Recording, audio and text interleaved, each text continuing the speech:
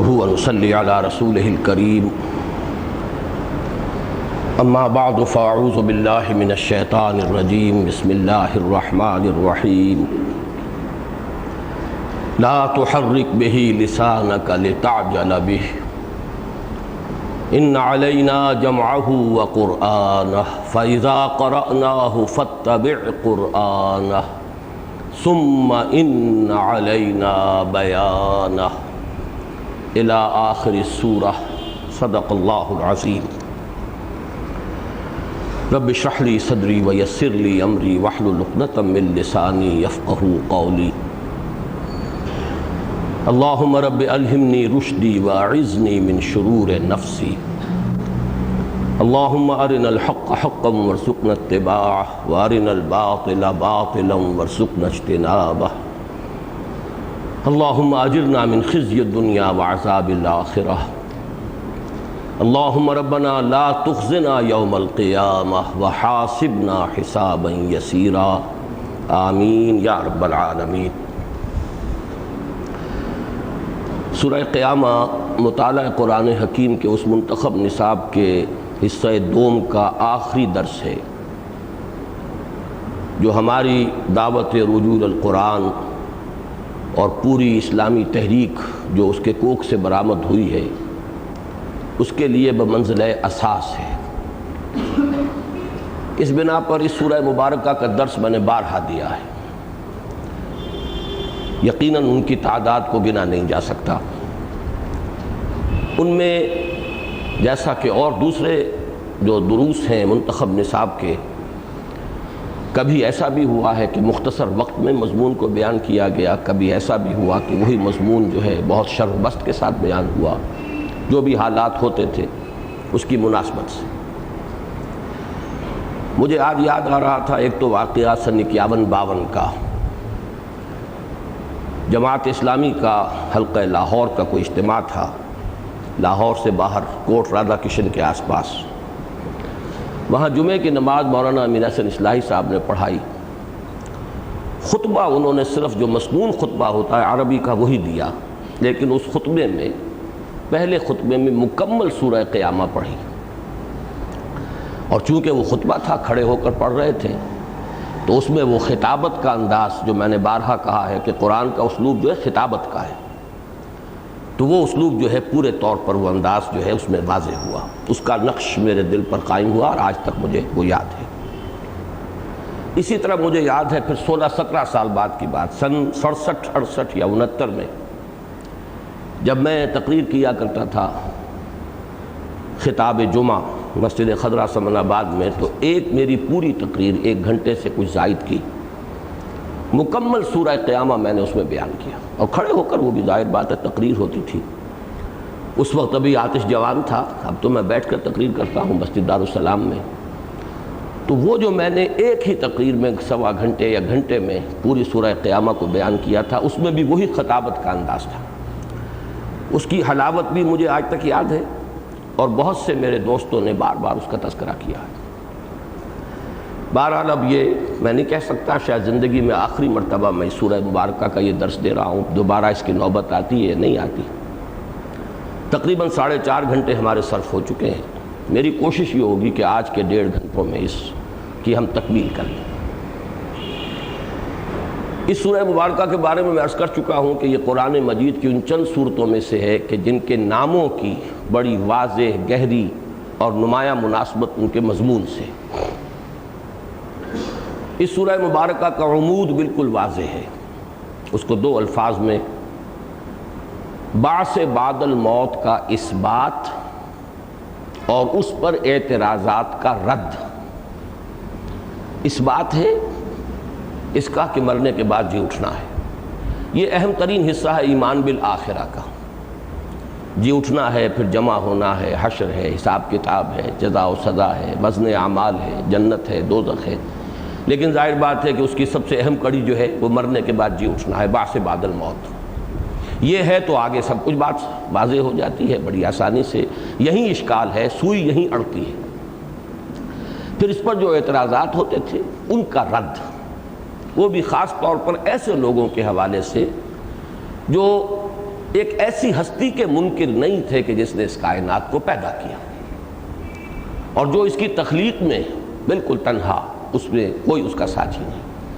ورنہ انکار بعث بعد الموت ایسے لوگ بھی کر سکتے ہیں جو خدا ہی کو نہیں مانتے۔ اب ان سے گفتگو کسی اور انداز میں ہوگی، ان سے پہلے جو ہے اس بات باری تعالیٰ پر گفتگو ہوگی۔ قیامت کے بارے میں، بعث بعد الموت کے بارے میں گفتگو جو ہے وہ بالکل بے تکی ہوگی اگر ان سے کی جائے۔ یہاں اصل میں ان لوگوں سے خطاب ہے جو اللہ کو مانتے تھے، اسے خالق مانتے تھے، لیکن یہ ہے کہ بعث بعد الموت کے معاملے میں ان کی، وہی میں دوبارہ عامیانہ لفظ استعمال کر رہا ہوں، کہ سوئی اٹک جاتی تھی۔ یہ ہے اس سورہ مبارکہ کا عمود یا اس کا مضمون۔ اب اس میں آج جو خاص بات میں عرض کرنا چاہتا ہوں وہ یہ ہے کہ اس سورت کی 40 میں سے 36 آیات تو صرف اسی مضمون سے متعلق ہیں۔ البتہ درمیان میں 4 آیات آئی ہیں، یہ 4 آیات وہ ہیں جن پر کہ پچھلا ہمارا درس ختم ہوا تھا، اور آج مجھے مزید ان کے بارے میں کچھ عرض کرنا ہے، اس لیے کہ اگرچہ یہ کسی درجے میں اس صورت کے کانٹیکسٹ سے تو کچھ علیحدہ معلوم ہوتی ہیں، مضمون جدا ہے، خطاب حضور سے ہے، قرآن مجید کے بارے میں کچھ ہدایات حضور کو دی جا رہی ہیں، اس کا بعث بعد الموت سے کوئی تعلق نظر نہیں آ رہا، تو یہ گویا کہ علیحدہ سی نظر آتی ہیں۔ لیکن ایک بات جان لیجئے کہ اس سورت کا اہم ترین مضمون یہی ہے، یہ ضربہ سلام ہے اس سورہ مبارکہ۔ تو ایک تو کچھ پچھلی مرتبہ جیسے کہ عام طور پر ہوتا ہے درس کے اختتام کے جو لمحات ہوتے ہیں ان میں جسمانی تکان کے ساتھ کچھ اعصابی تکان بھی ہو جاتی ہے، تو کچھ زبان میری لڑکھڑائی ہے اور کچھ خلط مبحث بھی ہوا ہے آخری ان آیات کے بیان میں۔ ایک تو میں چاہتا ہوں کہ اسے مزید واضح کر دوں، اور دوسرے یہ کہ اصل اس کا مسئلہ میں نے کہا تھا ابھی باقی ہے، وہ یہ کہ اس کا اصل جو ربط ہے اس پوری سورہ مبارکہ کے عمود کے ساتھ، اس کے بارے میں مجھے کسی قدر تفصیل سے عرض کرنا ہے۔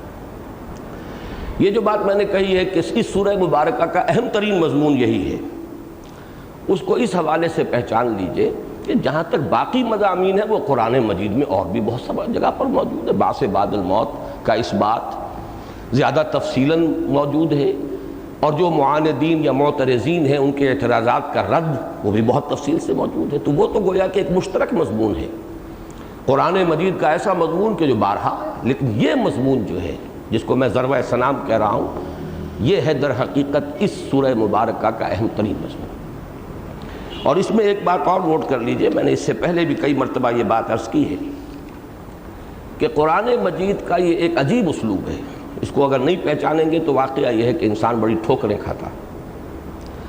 اہم ترین علمی مضامین قرآن مجید میں ضمنی طور پر آتے ہیں، اس لیے کہ قرآن کے جو اصل مخاطب تھے وہ عالم و فاضل لوگ نہیں تھے، وہ منطقی نہیں تھے، فلسفی نہیں تھے، قوم بحیثیت مجموعی امی قوم، شاذ پڑھے لکھے لوگ، ان سے جو خطاب ہوا ہے وہ اس اسلوب میں ہوا ہے۔ اور قرآن مجید نے جو گہرے علمی مضامین ہیں، جو بلند علمی مضامین ہیں، جو فلسفیانہ مضامین ہیں، ان کا ذکر کیا ہے ضمنی طور پر، چلتے چلتے، ایسے کہ عام قاری وہاں رکے نہ۔ البتہ جس کے ذہن میں اشکالات ہیں، جس کے ذہن میں مسائل ہیں، جو سوچتا ہے، غور کرتا ہے، وہ وہاں پر رک کر کھڑا ہو جائے گا۔ جیسے کہ وہ امام راضی کے الفاظ میں نے بارہا آپ کو سنائے ہیں کہ سورہ حدید کی آیت ہو الاول والآخر والظاہر والباطن، ٹھٹک کر کھڑے ہو گئے ہیں، کانپ رہے ہیں، لرز رہے ہیں۔ اعلم ان ھذا المقام مقام غامض محیب عمیق۔ لیکن یہ کہ جس شخص کو فلسفے سے کوئی ذہنی مناسبت نہیں، وہ ایسے گزر جائے گا جیسے یہاں کچھ ہے ہی نہیں۔ یہ ہے قرآن کا ایک خاص اسلوب۔ اسی کی ایک مثال ہے، ختم نبوت جیسا اہم مضمون قرآن مجید میں براہ راست نہیں آیا، ضمنی طور پر بالواسطہ۔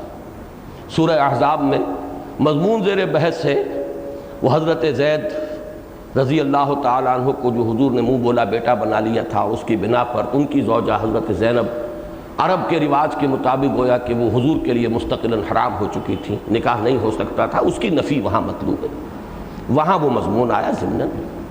تو یہ بہت اہم نکتہ ہے کہ قرآن مجید کا عام اسلوب، عام بیان در حقیقت جو عام مخاطبین تھے انہی کی ذہنی استعداد اور سطح کے اعتبار سے رکھا گیا ہے۔ باقی یہ کہ جو اصل مضامین بڑے اہم ہیں علمی قدر و قیمت کے، وہ ضمنی طور پر برسبیل تذکرہ ہے۔ آج میں سوچ رہا تھا ان 4 آیات کی مثال جو ہے اس پوری سورہ مبارکہ میں، تو ایک تو ضربہ سنام کا لفظ میں نے استعمال کیا، جیسے اونٹ کی کمر پر کوہان ہوتا ہے، یوں کمر آئی پھر کوہان ہے پھر وہ نیچے اتر گئی۔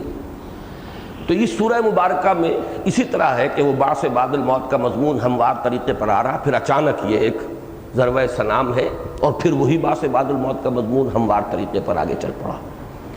اس کی دوسری تمثیل میرے ذہن میں یا تشبیہ کہیے وہ یہ آئی کہ جیسے عرب کا معاملہ ہے کہ حجاز ایک پہاڑی سلسلہ ہے اونچا، اس کے مشرق میں تھوڑی سی سطح مرتفع ہے، لیکن یہ کہ وہ بھی جو ہے ہموار ہے، وہ جس کو نجد کہا جاتا ہے، اور اس کے مغربی جانب وہ میدانی علاقہ تہامہ جس کو کہا جاتا ہے، ساحلی میدان، وہ ذرا اور نیچا ہے، لیکن درمیان میں یہ حجاز جو ہے، حجاز کہتے ہیں پردے کو ہے، یہ گویا کہ ایک آڑ ہے نجد اور تہامہ کے مابین۔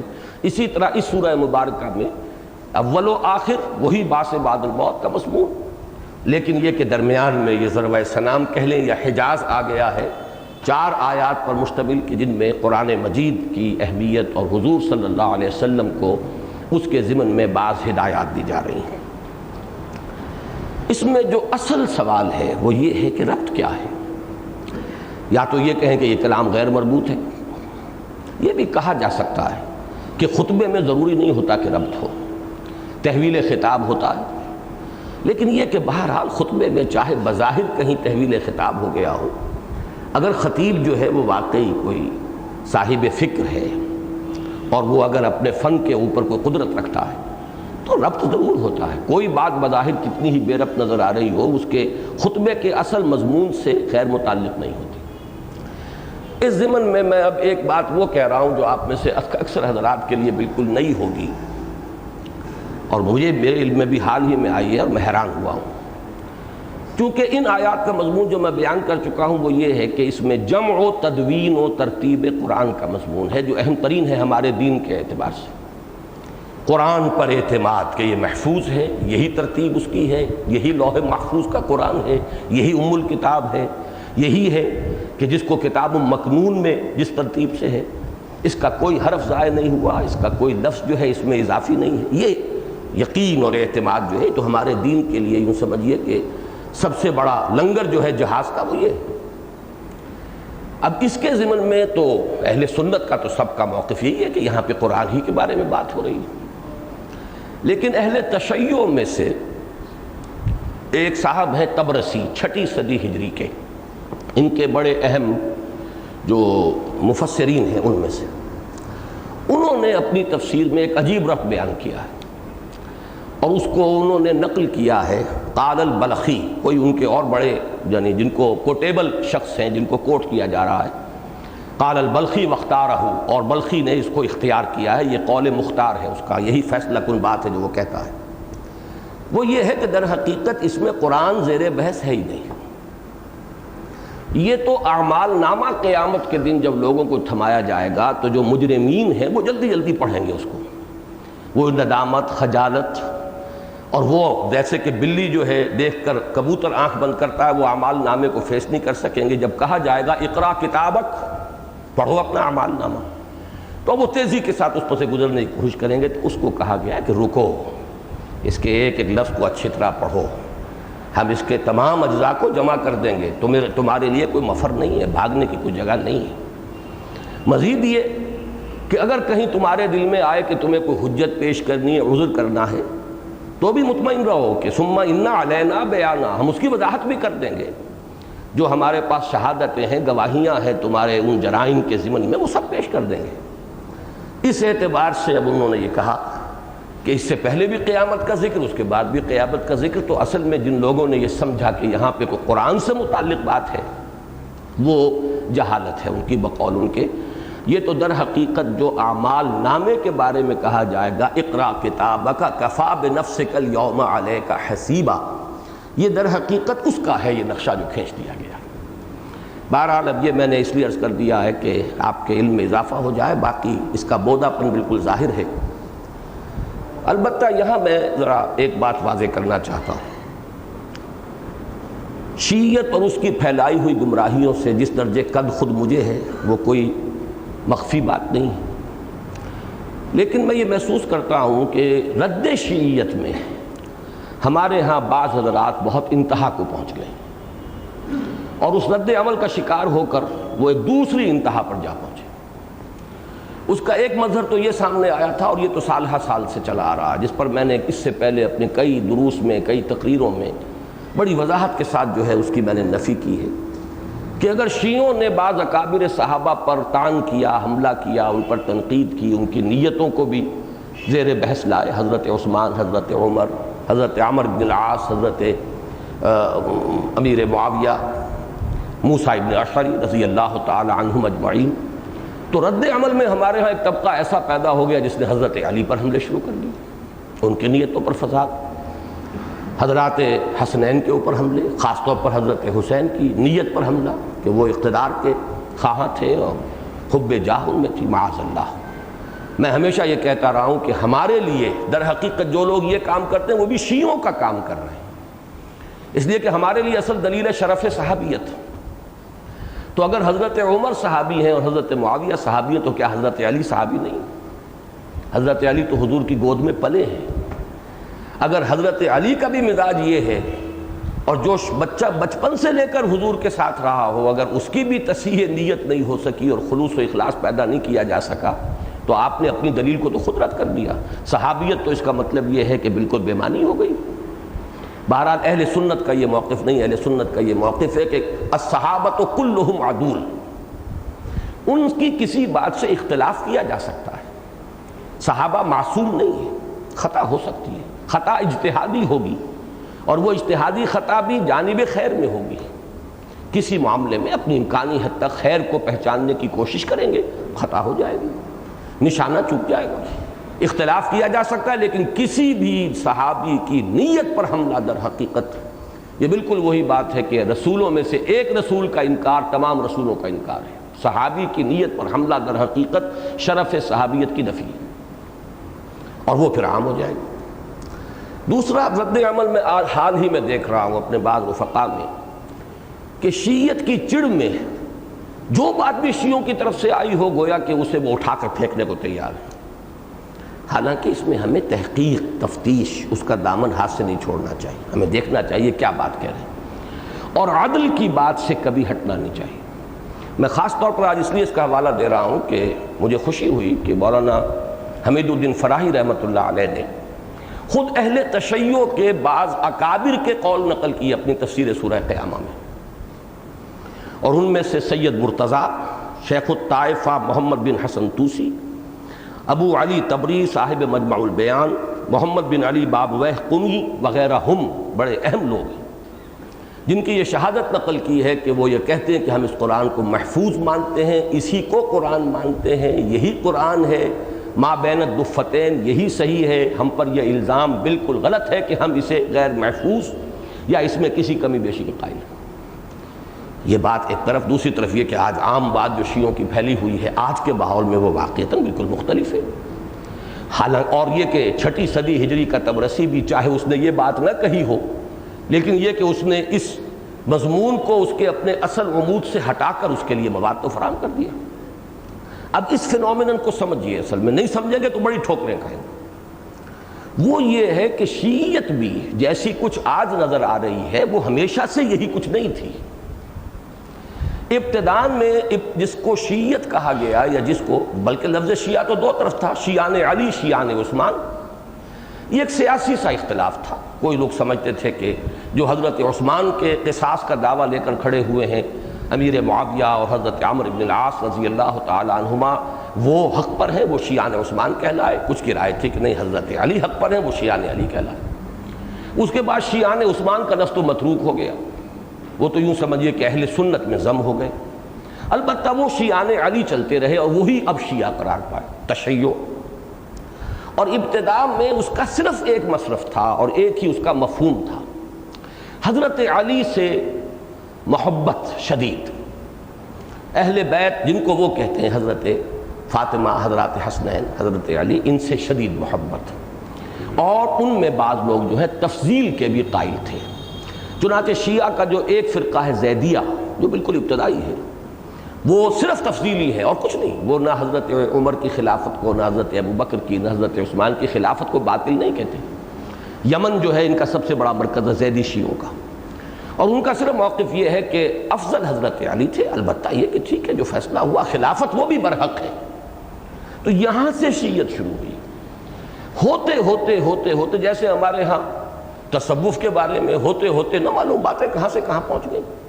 اب جو تصوف کی امہات کتب ہیں ان کا مطالعہ کیجئے، جو اس کے محققین ہیں ان کی باتوں کو سمجھیے تو بات کچھ اور نظر آئے گی. جیسے میں نے بارہا کہا بریلویت، ایک بریلوی علماء سے جا کر بات کیجئے اور ایک ان کے عام واعظین ہیں، نعت گو ہیں.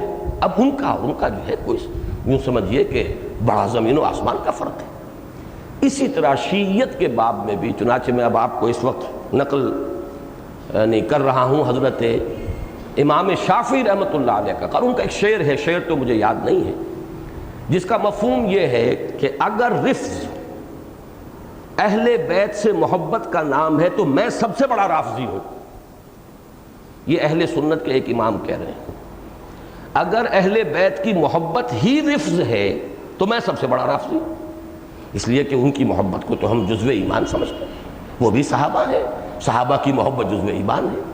پھر حضور کے ساتھ قرابت جو ہے وہ یقیناً ایک اضافی بات ہے. بیٹی ہیں، نواسے ہیں، ظاہر بات ہے کہ محبت آخر تبھی محبت ہوتی ہے. حضور کو جن سے محبت ہے، کیا ہمارے ایمان کا تقاضا نہیں کہ وہ بھی ہماری خصوصی محبت کے حقدار ہو؟ اس معنی میں ہمارے بعض جو روات ہیں شروع کے راوی، جن سے کہ ہمارے محدثین، کبار محدثین نے روایت نقل کر لی ہے، ان کے بارے میں کہیں کسی امام جرح و تعدیل نے لکھ دیا کہ وہ متہم بالرفض تھا، اس کے اوپر رفض کا الزام تھا. اب ہمارے آج کے لوگ اس کو آج کے رافضی پر قیاس کر رہے ہیں اور پھر قرار دے رہے ہیں کہ امام بخاری نے بھی بڑی ہی حماقت کی ہے، بڑی غلطی کی ہے جو ایسے لوگوں کی جو ہے روایت قبول کر لی. اس سے پورا ذخیرہ احادیث جو ہے وہ گویا کہ جس طرح قرآن کو ناقابل اعتماد قرار دینا، یہ تو سمجھیے کہ سب سے بڑی ستون کو گرا دینا، اسی طریقے سے احادیث اور وہ بھی صحیحین کی احادیث کو ناقابل اعتماد قرار دے دینا وہ اسلام کے دوسرے ستون کو گرا دینے کے مترادف ہے. اور اس میں اس دور میں دیکھ رہا ہوں کہ اس انتہا پسندی کے اندر کچھ لوگ مبتلا ہو رہے ہیں. میں دعا کرتا ہوں اللہ تعالیٰ سے کہ وہ انہیں اس سے بچائے اور اپنی حفظ و امان میں رکھے. اب دیکھیے کہ اس کی یہ تو ایک حل ہے جو طبرسی کے حوالے سے میں نے آپ کے سامنے رکھا، اور اس کے حوالے سے میں نے شیعت سے متعلق ایک اہم بات آپ سے کہہ دی. دوسرا حل جو اس کا کیا ہے وہ جمیع ہمارے تقریباً جمہور جو مفسرین ہیں انہوں نے کیا ہے. انہوں نے اس کی تمثیل، جیسا کہ میں پچھلی مرتبہ بیان کر چکا ہوں، ایک استاد اور شاگرد کے درمیان جو معاملہ ہوتا ہے اس سے کی. استاد اپنے شاگرد کو کچھ پڑھا رہا ہے، شاگرد نے اسی وقت زبان کو حرکت دے کر یاد کرنے کی کوشش کی. استاد نے کہا کہ نہیں ٹھہرو، اس وقت توجہ میری بات کی طرف رکھو، یاد کر لینا بعد میں، یا ہم بعد میں یاد کرا دیں گے، اس کی فکر نہ کرو. اسی طرح شاگرد نے درمیان میں کوئی اشکال محسوس کیا، کوئی سوال اس کے ذہن میں آیا تو استاد کہتا ہے ابھی نہیں، ابھی تم ذرا اس کو جو بھی اس کا ظاہری طور پر مفہوم سامنے آ رہا ہے اس پر توجہ کو مرکوز کرو، اس میں جو اشکالات ہوں گے، سوالات ہوں گے، وہ بھی ہم بتا دیں گے. یہاں استاد جو ہے وہ حضرت جبرائیل علیہ السلام ہے اور شاگرد ہیں محمد الرسول اللہ صلی اللہ علیہ وسلم. میں نے عرض کیا تھا یہ نسبت تو ہے، علمہ شدید القوا قرآن مجید سے ثابت ہے، شدید القوا حضرت جبرائیل ہے اور انہوں نے سکھایا ہے، وہ معلم ہے. یہ نسبت جو ہے ثابت بھی ہے، یہ طریقہ بھی کہ حضور صلی اللہ علیہ وسلم نے قرآن کو یاد کرنے کے لیے ابھی حضرت جبرائیل وہی جو ہے منتقل کر رہے ہیں، سنا رہے ہیں، آپ نے اسی وقت یاد کرنے کے لیے زبان کو تیزی سے حرکت نہیں روک دیا. لا تحرک بہ لسانک لتعجل بہ ان علینا جمعہ وقرآنہ فاذا قرأناہ فاتبع قرآنہ ثم ان علینا بیانہ. یہ توجیہ، اب ظاہر بات ہے اس سے پہلے جو مضمون چل رہا تھا وہ چل رہا ہے، اس کے بعد کا مضمون بھی چل رہا ہے، اس لیے کہ درمیان میں تو ایک التفات ہوا ہے شاگرد کی کہ ایک جو بھی ان کا طرز عمل تھا اس کے بارے میں. یہ توجیہ تقریباً جمیع مفسرین نے اختیار کی ہے، اگرچہ ظاہر بات ہے کہ جمہور مفسرین کی اختیار کردہ توجیہ ہے تو اس میں کوئی قباحت تو نہیں ہے، لیکن میرا دل اسے تسلیم نہیں کرتا. اس میں کچھ جو بڑا ایک سادہ سا اور کچھ ایسی سطح آتی ہے حضور کی سامنے جو کچھ میرا ذہن اسے تسلیم نہیں کرنے کے لیے آمادہ، ذہن تو قبول کر رہا ہے، دل نہیں مانتا۔ تو پھر سوال پیدا ہوتا ہے کہ پھر اصل اس میں ربط ہے کیا؟ جہاں تک ان آیات کے مضامین کا تعلق ہے، میں نے جیسا کہ کہا کچھ خلط مبحث ہوا تھا، تو اس میں بھی میں چاہتا ہوں کہ بعض چیزیں مزید توضیح کی آپ کے سامنے آ جائیں، پھر وہ میں اس کا ربط ہے اس کو واضح کروں گا۔ ان علینا جمعہ قرآن و قرآن، اس میں قرآن کو جمع کرنا ایک بات آئی۔ قرآنہ سے مراد کیا ہے؟ اصل میں یہ قرأ یقرأ کا مادہ جو ہے قرآن مجید میں، یا تو قرآن اور اس کی قرأت اس سے متعلق آیا، اقرا اس کے مشتقات ہیں، اور یا صرف ایک اور لفظ آیا ہے وہ ثلاثۃ قروء، وہ طلاق کے سلسلے کی ایک اہم آیت ہے، اور چونکہ اس کی بڑی اہمیت ہے قانونی اور فقہی اعتبار سے، والمطلقات یتربصن بانفسہن ثلاثۃ قروء، عدت کب ختم ہوگی، 3 قروء کسے کہیں گے، اس پر بڑی بحثیں ہیں فقہا کی، قانون سے متعلق بحث ہے۔ عدت کے ختم ہونے سے پہلے نکاح ہو گیا تو نکاح باطل ہے، وہ تو زنا کے اس میں آ جائے گا، تو بڑی اہم بات ہے، اس لیے اس پر بڑی بحثیں ہوئی۔ قروء کے معنی کیا ہے؟ اب اختلاف ہے ہمارے مفسرین میں، فقہا میں، کہ قروء سے مراد یا حیض ہے یا طہر کی کیفیت ہے، اور اس پر بڑی طویل بحثیں ہیں کہ آیا 3 طہر جو ہیں وہ گزرنے چاہیے یا 3 حیض گزرنے چاہیے، اور اس میں پھر بڑا فرق واقع ہو جاتا ہے عدت کے اندر، عدت کی میعاد کے اندر۔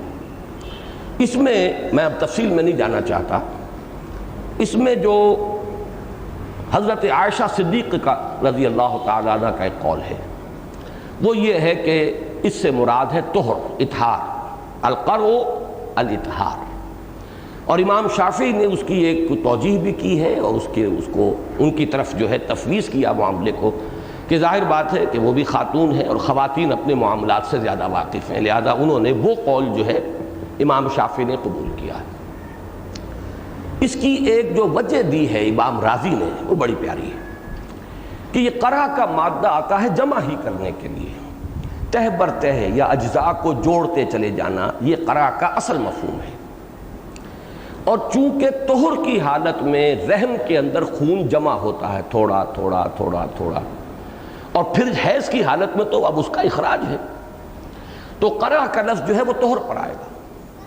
بہرحال میں اس ساری بحث سے اس وقت جو چیز آپ کے سامنے لانا چاہتا ہوں کہ اس سے مراد ہے جمع، اجزاء کو جوڑ دینا، مختلف چیزوں کو جمع کرنا، تہ بر تہ کر دینا۔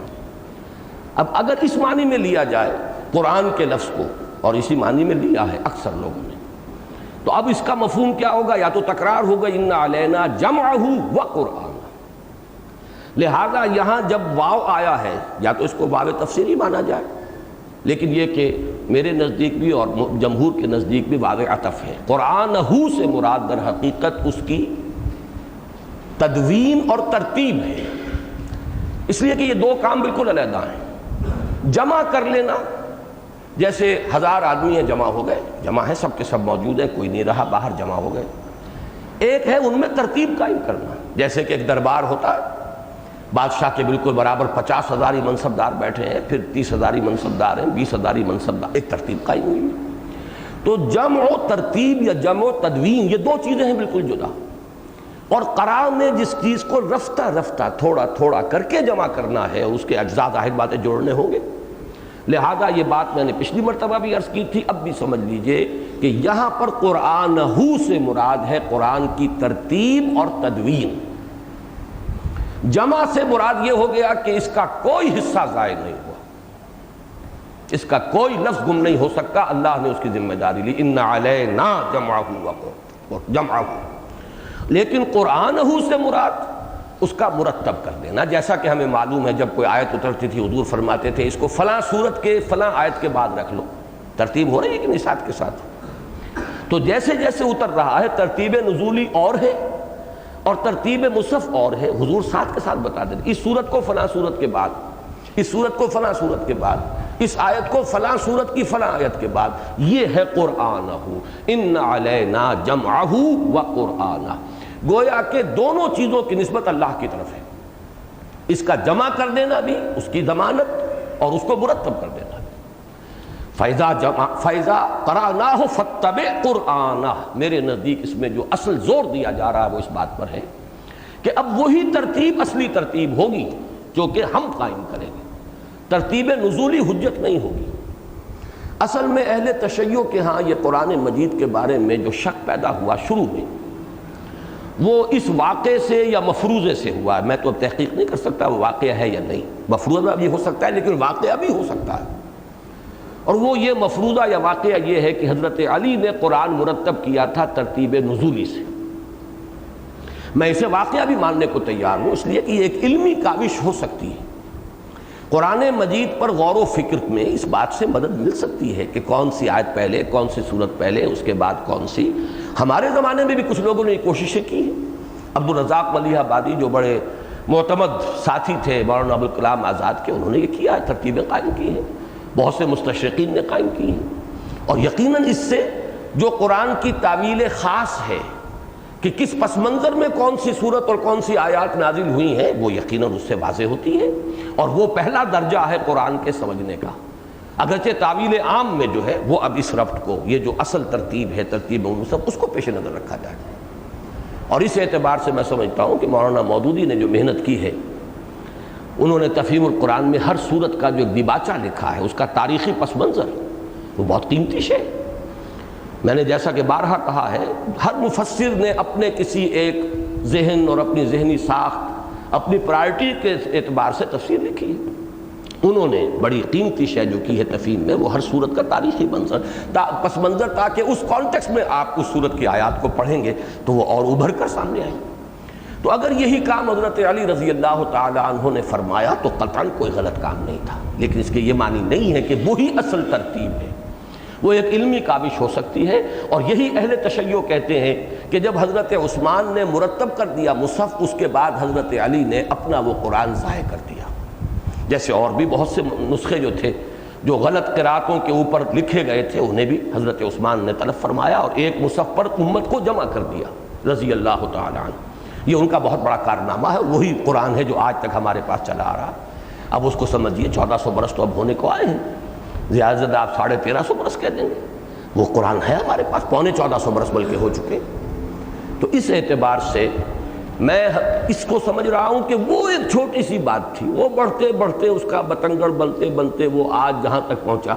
اس کی ایک اور مثال بھی اہل تشیع کے ضمن میں، ان کے متقدمین میں سے کسی کا یہ قول نہیں ہے کہ حضور کی اصل صلبی بیٹی تو صرف حضرت فاطمہ تھی رضی اللہ تعالی عنہ، باقی تینوں تو ربائب تھیں، یعنی حضرت خدیجہ کی بیٹیاں تھیں اپنے سابق شوہر سے جو حضور کی گود میں پلی۔ یہ قول آج عام کر دیا گیا ہے، حالانکہ خود ان کی اپنی کتابوں میں کہیں اس کا سراغ موجود ہے۔ اس پہلو سے میں عرض کر رہا ہوں کہ یہ شیعیت موجودہ جو ہے یہ بھی کوئی ایک دن کی پیداوار نہیں ہے، یہ بھی بڑھتے بڑھتے بڑھتے بڑھتے پہلی صدی کی شیعیت کو آج کی شیعیت پر قیاس نہ کیجیے، یہ قیاس مع الفارق ہے، اور اس سے بڑی ٹھوکریں انسان کھا سکتا ہے اور بڑی گمراہی پیدا ہو سکتی ہے۔ بہرحال یہ ہے، اور اس پر پھر میں عرض کر چکا ہوں کہ ایک طرف تو اس کو اللہ تعالیٰ نے اپنے ذمے لیا اور فرما دیا فَإِذَا قَرَأْنَاهُ فَاتَّبِعْ قُرْآنَهُ، اتباع کیجئے اسی کا، یہی اب ہے ترتیب، یہ حجت ہے، یہی ترتیب مصحف ہے، یہی ام الکتاب کی ہے، یہی جو ہے وہ کتاب مکنون کی ہے، یہی لوح محفوظ کی۔ ثُمَّ إِنَّ عَلَيْنَا بَيَانَهُ، اس میں بھی میں نے عرض کیا تھا، نوٹ کر لیجئے، یہ تبیین جو ہے قرآن کی مزید تبیین، اس کی بھی دو شکلیں ہیں، دو درجے ہیں۔ ایک تبیین القرآن بالقرآن، قرآن نے ہی اپنے کسی پہلی آیت کی مزید وضاحت میں آیت نازل فرما دی۔ یبین اللہ لکم ان تضلوا، جیسے کہ سورہ نساء میں آخری آیت ہے، آیت کلالہ پہلے آ چکی تھی، لیکن اس کے بعد ایک اشکال رہا لوگوں کے ذہنوں میں، کلالہ سے مراد کیا ہے اور اس کا کیا حکم ہے، تو اس کے بارے میں آیت آ گئی، اور اس کے بعد فرمایا یبین اللہ لکم ان تضلوا، اللہ تعالیٰ تمہارے لیے تبیین کر رہا ہے، بیان کر رہا ہے، مبادا تم گمراہ ہو جاؤ۔ اسی طرح جیسے کہ ابتدائی حکم آیا تھا روزے کا، اس کے بارے میں کچھ اشکالات رہے، قیاس کیا گیا جو یہود کے ہاں قواعد و ضوابط تھے روزے کے اس پر، اس کے بعد وہ آخری آیت جو ہے اس رکوع کی وہ نازل ہوئی۔ 5ویں آیت 23ویں رکوع کی وہ نازل ہوئی، فرمایا کذالک یبین اللہ آیاتہ للناس لعلہم یتقون، اس طرح اللہ تعالیٰ لوگوں کے لیے اپنی آیات کو واضح فرما دیتا ہے تاکہ وہ بچ سکیں، خلاف ورزی سے بچیں، مغالطے میں کہیں جو ہے حدود اللہ سے تجاوز نہ کر بیٹھیں۔ یہ ہے در حقیقت تبیین القرآن بالقرآن۔ لیکن یہی نہیں ہے تبیین سے مراد، ثم ان علینا بیانہ۔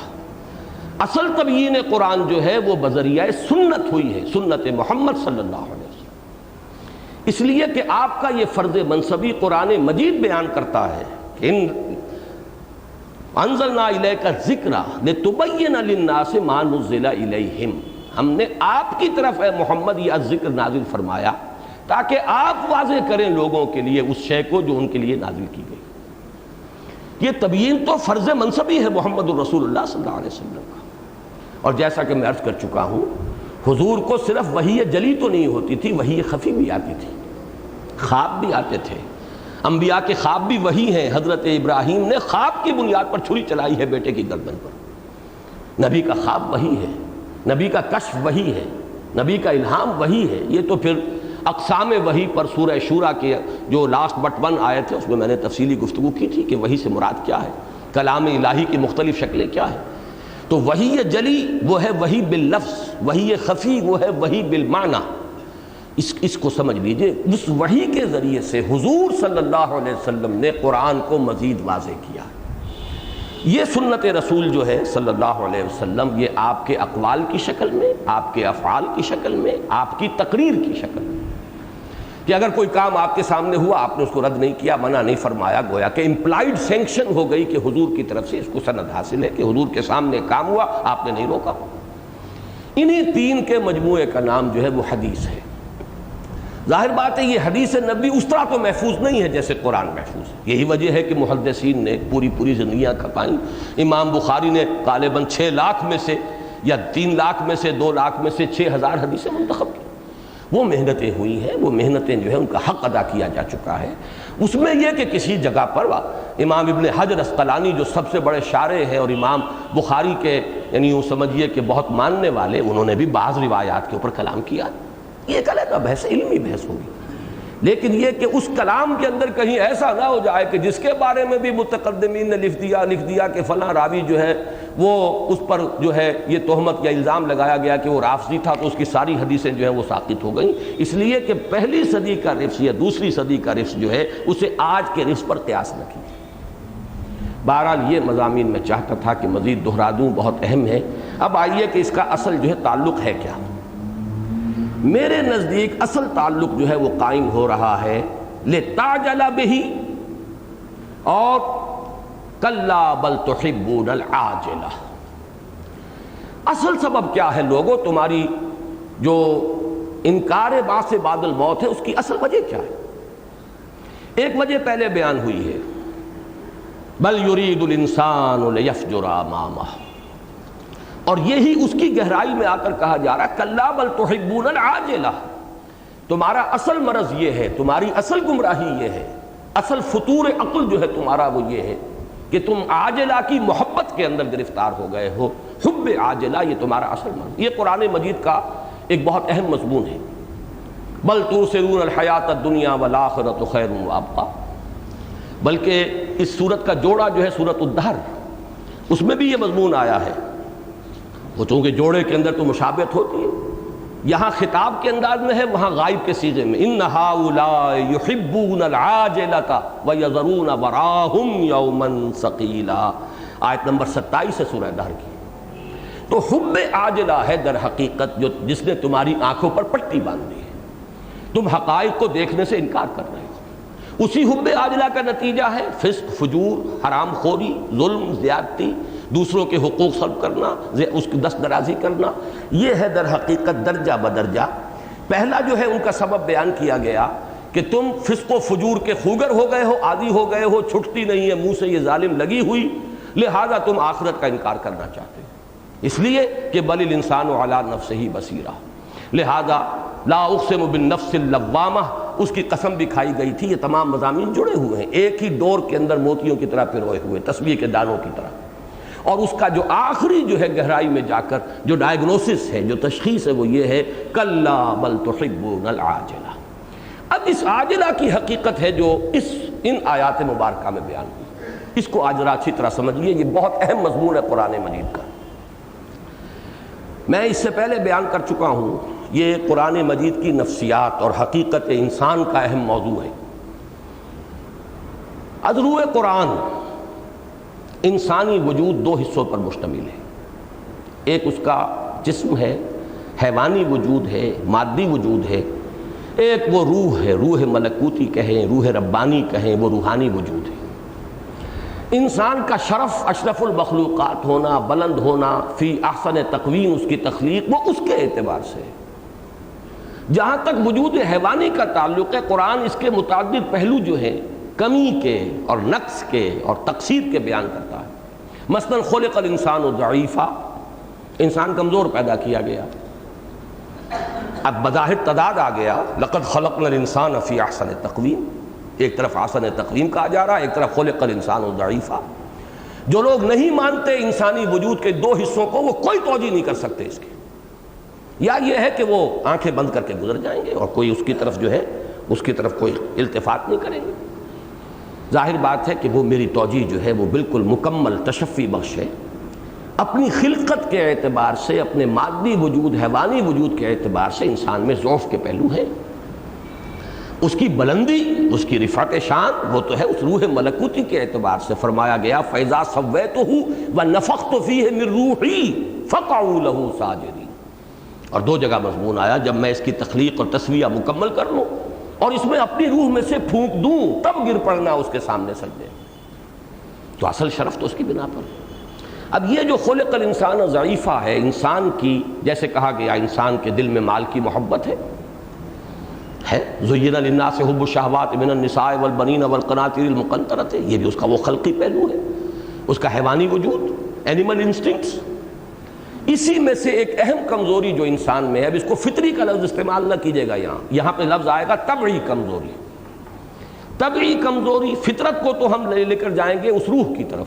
فطرت انسانی جو ہے کل مولود یولد علی الفطرہ، وہ روح کے اعتبار سے، لیکن یہ کہ یہ حیوانی وجود کے اعتبار سے ہم اسے طبع کہیں گے، طبعیت۔ تو طبعی جو اس کے اندر کمزوریاں ہیں، ان میں سے ایک بڑی کمزوری ہے خلق الانسان من عجل۔ انسان بنایا ہی گیا ہے عجلت سے، یعنی عجلت اس کی اس طبعیت کے اندر موجود ہے، جلد باز ہے انسان۔ اسی کو فرمایا کان الانسان عجولا، پہلی آیت سورہ انبیاء کی ہے خلق الانسان من عجل، دوسری سورہ بنی اسرائیل میں وکان الانسان عجولا، انسان تو ہے ہی جلد باز۔ یہ جو عجلت ہے انسان کے اندر، جو انسان کی طبعی کمزوری ہے، ظاہر بات ہے کہ انبیاء بھی انسان ہیں، طبعی اعتبار سے یہ کمزوری ان میں بھی ہے۔ البتہ انبیاء کرام کی کمزوریاں یا یہ عجلت پسندی خیر کی جانب ہوگی، شر کی طرف نہیں ہوگی۔ یہ فرق ہے عام انسان میں اور انبیاء کرام میں۔ کسی نیکی کے کام میں جلدی کرنا، نیکی کے کام میں جلدی کرنا بھی غلط نتائج پیدا کر دے گا، سہج پکے سو میٹھا ہو، رفتہ رفتہ تدریجاً۔ یہی وجہ ہے کہ حضور کو روکا گیا وَلَا تَعْجَلْ بِالْقُرْآنِ مِن قَبْلِ أَن يُقْضَىٰ إِلَيْكَ وَحْيُهُ۔ اے نبی، آپ کا شوق اور اشتیاق اپنی جگہ، قرآن سے محبت آپ کی اپنی جگہ، مسلم یہ خیر کا جذبہ ہے، وحی الہی سے یہ محبت، لیکن یہ تدریج جو ہے یہ اللہ تعالیٰ کی طرف سے اس کی بڑی عظیم حکمت کے اوپر مبنی ہے۔ وَلَا تَعْجَلْ بِالْقُرْآنِ مِن قَبْلِ أَن يُقْضَىٰ إِلَيْكَ وَحْيُهُ، قرآن کے لیے جلدی نہ کیجیے اس سے پہلے کہ جو بھی اللہ تعالیٰ کی طرف سے اس کی وحی کی ایک جو تدریج معین ہے اس کے اعتبار سے وہ پورا ہو جائے۔ وَقُلْ رَبِّ زِدْنِي عِلْمًا، ہاں یہ کہتے رہیے کہ اے رب میرے علم میں اضافہ فرما، پروردگار میرے علم میں اضافہ فرما۔ یہی میں نے پچھلی مرتبہ بھی عرض کیا تھا، سورہ مریم میں بھی ہے۔ معلوم ہوتا ہے کہ حضرت جبرائیل سے حضور نے شکوہ کیا کہ آپ دیر دیر سے آتے ہیں، وقفے وقفے سے آتے ہیں، ہم شوق میں رہتے ہیں، اشتیاق میں رہتے ہیں۔ تو وہ جواب دلوایا گیا وَمَا نَتَنَزَّلُ إِلَّا بِأَمْرِ رَبِّكَ لَهُ مَا بَيْنَ أَيْدِينَا وَمَا خَلْفَنَا وَمَا بَيْنَ ذَلِكَ وَمَا كَانَ رَبُّكَ نَسِيًّا۔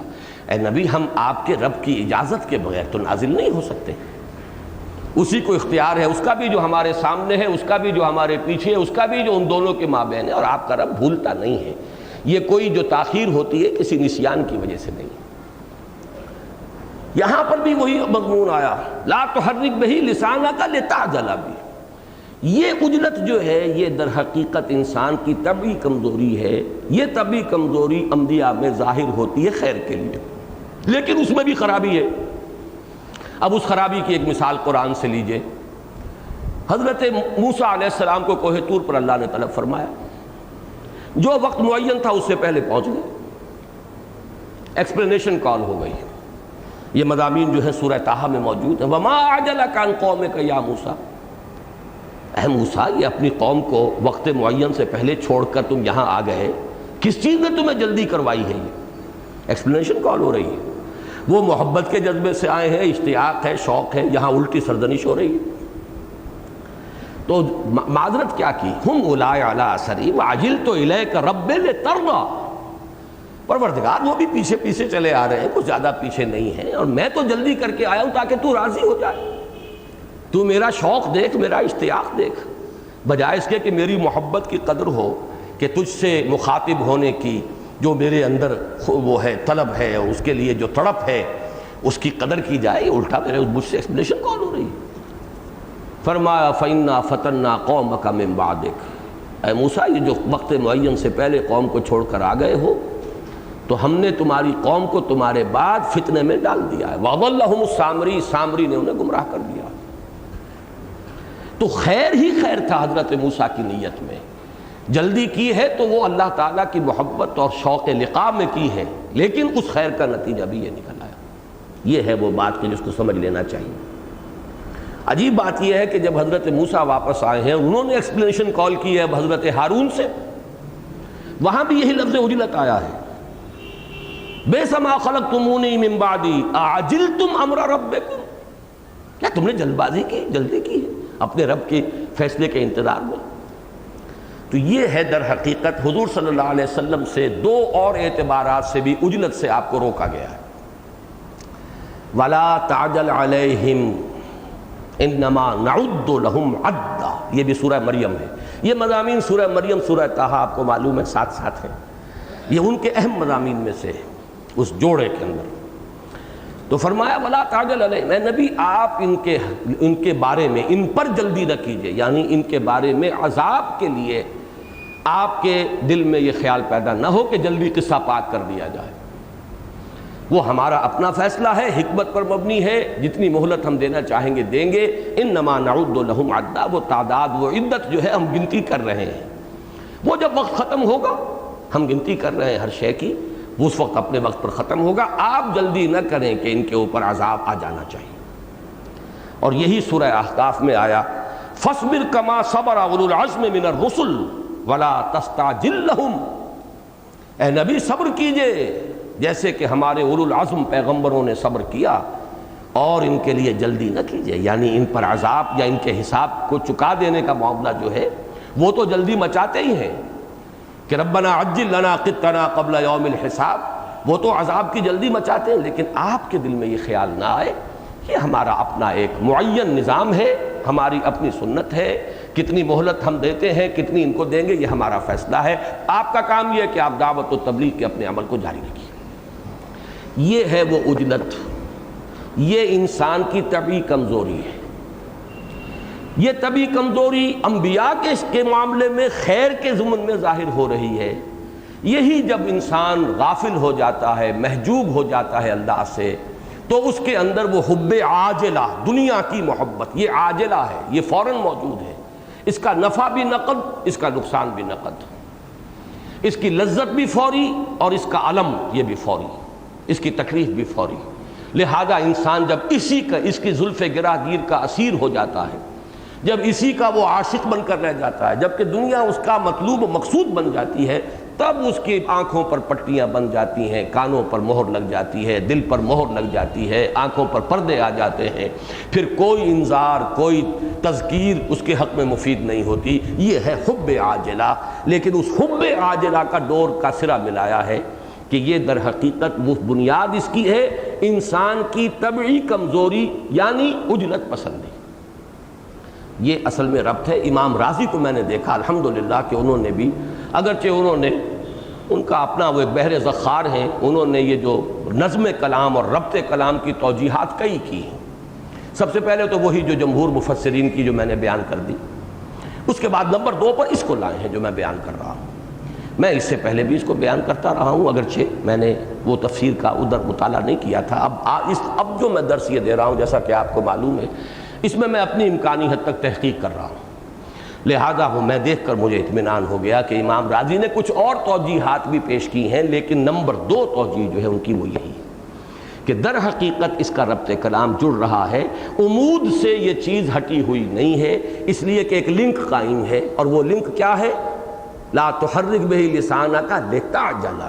یہ عجلت جو ہے یہ در حقیقت اچھی چیز نہیں ہے، یہ طبعی کمزوری ہے، یہ قرآن کے لیے بھی اچھی نہیں، اللہ سے ملاقات کے لیے بھی اچھی نہیں، یہ تو کسی خیر کے کام میں بھی اچھی نہیں۔ اور پھر رخ موڑا، اور اے بدبختو تمہارا حال تو یہ ہے کہ تم اس عجلت پسندی کے اس درجے شکار ہو گئے کہ یہ عاجلہ ہی تمہاری محبوب و مقصود و مطلوب بن کر رہ گئی، تمہاری نگاہیں اس میں الجھ کر رہ گئی ہیں۔ یہ وجہ ہے کہ تمہیں باس بعد الموت مستبعد نظر آتا ہے، محال نظر آتا ہے، ممکن نظر نہیں آتا۔ حالانکہ ذرا غور کرو آنکھوں کی پٹی کھول کر تو تمہیں یہ حقیقت جو ہے نظر آ جائے گی اظہر من الشمس کہ تمہارے اعتراضات کے اندر کوئی وزن نہیں۔ میں اس کے حوالے سے آج ایک بات اور کہنا چاہتا ہوں، اور اللہ تعالیٰ کی طرف سے یہ عجیب چیزیں ہیں کہ جو من جانب اللہ ہی ہے، ان میں حکمت ہوتی ہے۔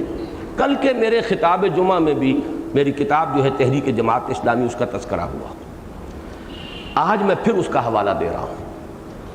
میری جو رائے ہے جماعت اسلامی کے بارے میں آپ حضرات کو معلوم ہوگی۔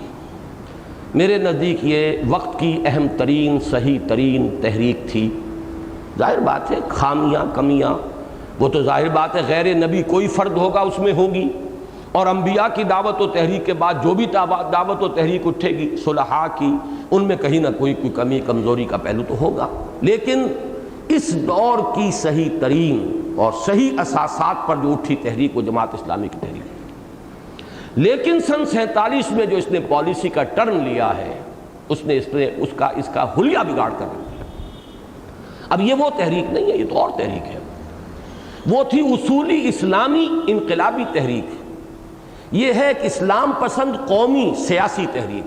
3 الفاظ ہیں جس کو میں نے اس وقت لکھا ہے، اور وہ 24 برس کی عمر میں میری وہ تصنیف کہہ لیجئے، وہ بیان تھا جو بعد میں تصنیف کی شکل اختیار کر گیا۔ منوعاً وہی ہے جو میں نے نومبر سن 56 میں تحریر کیا 15 دن کے اندر، وہ ہے 225 صفحات کا بیان، اور اصل کاپی میرے پاس محفوظ ہے اب تک جو اس کا اصل متن ہے۔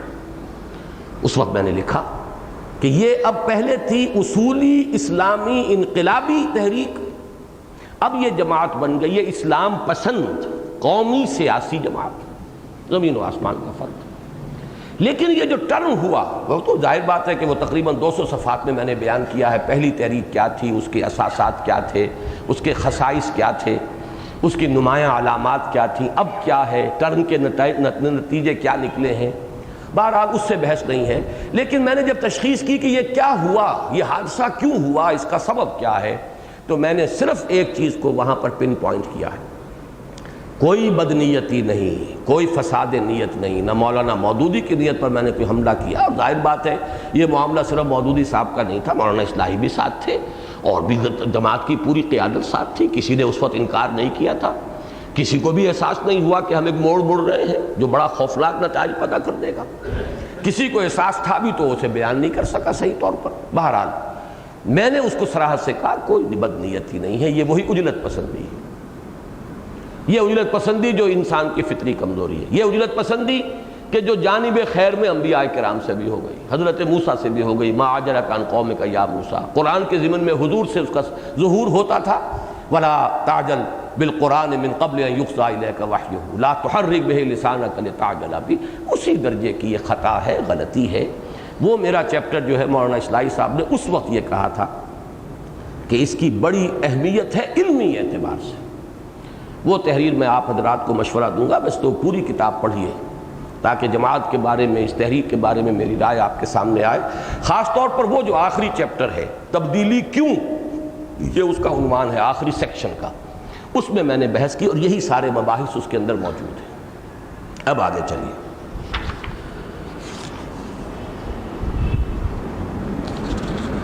لا تحرک بہ لسانک لتعجل بہ ان علینا جمعہ وقرآنہ فاذا قرأناہ فاتبع قرآنہ ثم ان علینا بیانہ کلا بل تحبون العاجلہ۔ تمہارا اصل مرض، تمہاری اصل بیماری، اصل روگ دنیا کی محبت ہے۔ تم محبت کرتے ہو، جیسا میں نے عرض کیا اس کا جو جوڑا ہے سورہ دہر، اس میں یہ مضمون آئے گا ان ہؤلاء یحبون العاجلۃ ویذرون وراءہم یوما ثقیلا وتذرون الآخرہ۔ یہاں بھی وہی لفظ آیا ہے، یذرون آیا ہے، یہاں تذرون آیا، چھوڑ دیتے ہو تم، پس پش ڈال دیتے ہو، آخرت کو بھلا دیتے ہو، اس کو تم نے اپنے ذہن سے دور کر دیا ہے، اس کا تذکرہ بھی سننا پسند نہیں کرتے، خام خواہ تمہارے عیش میں تکدر پیدا نہ ہو جائے۔ اب اس کے بعد نقشہ کھینچا، میں نے آپ سے عرض کیا تھا اس سورہ مبارکہ میں 5 جگہوں پر الفاظ میں تصویر حال کی گئی ہے۔ 3 کا تعلق ہے قیامت سے، 2 کا تعلق ہے انسانی رویے سے، انسان کا طرز عمل۔ اب یہ نقشہ کھینچا جا رہا ہے میدان حشر کا، یہ قیامت، یوم یقوم الناس لرب العالمین، جبکہ لوگ کھڑے ہوں گے دربار خداوندی میں سامنے۔ اب اس وقت جو ہے تقسیم ہو رہی ہوگی، وجوہ یومئذ ناظرہ، بہت سے چہرے ہوں گے اس دن